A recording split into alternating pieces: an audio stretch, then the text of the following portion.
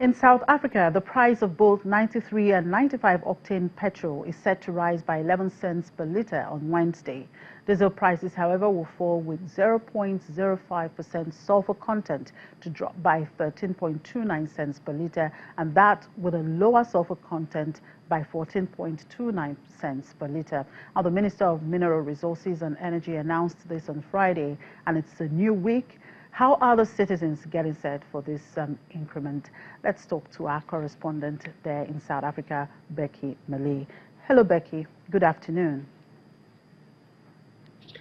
Good afternoon. So how are you folks welcoming the weekend announcement of another petrol price increase this week?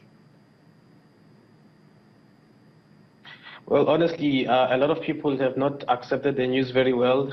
It came over the weekend, and a lot of people, especially the middle-income households, are the ones that will be hit the hardest because, as you know, that when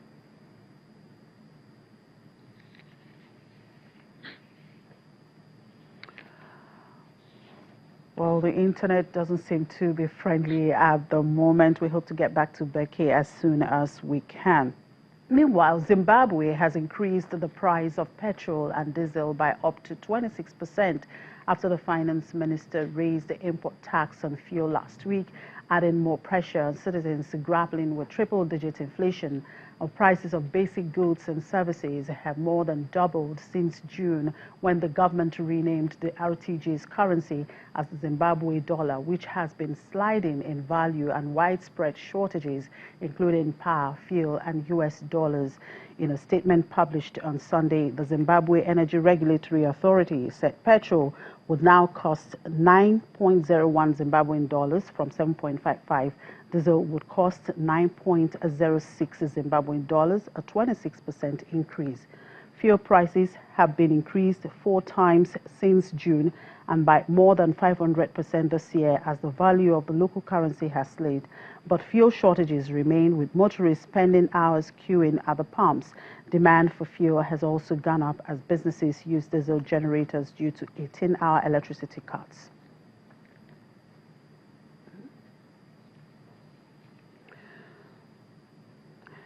All right, Moody's Investing Services says First Bank reducing its non-performing loans is credit positive.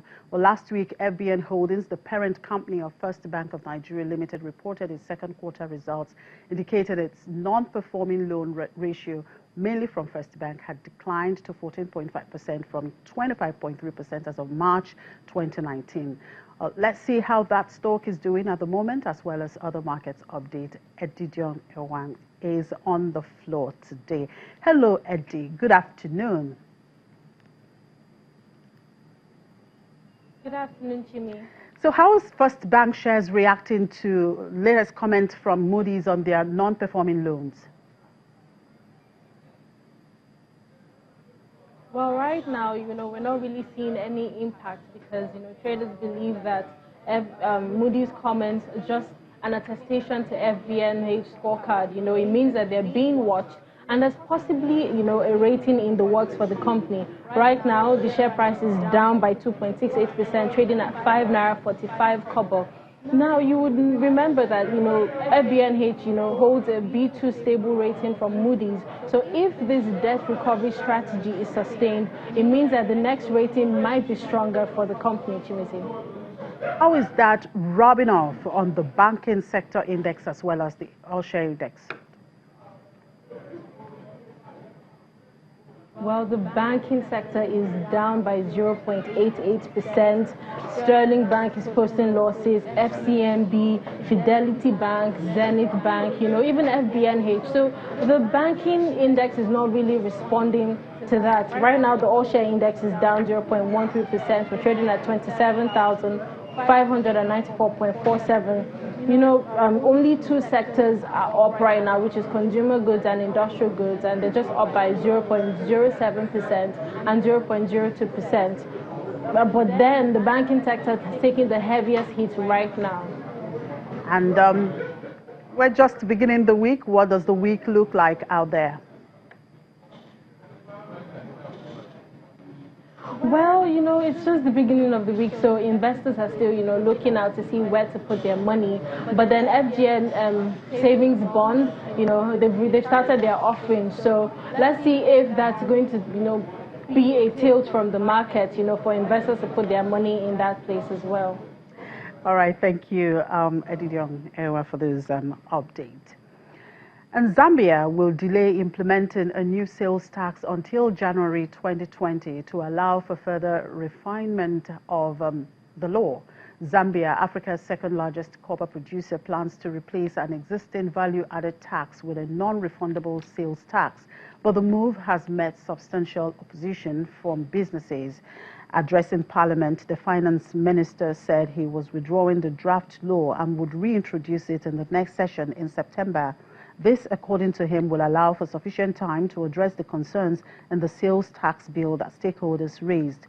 The across-the-board 9% tax on sales of goods and services, originally due to be introduced in April, was intended to help rebalance Zambia's debt-laden economy. And oil and gas explorer Cosmos Energy expects to have agreed by the end of this year to sell down its stake in projects off the coast of Mauritania and Senegal, in which it partners with BP. In December, BP and its partners gave the green light for the development of the large Greater Tortue Agnem gas project off the coast of Mauritania and Senegal, a first for the two West African nations. Cosmos has a 30% stake in Senegal and 28% in Mauritania. In May, it said it had received interest in the projects, leading to a formal process to reduce its interest. The Tortue floating liquefied natural gas facility will produce 2.5 million tons of LNG per year.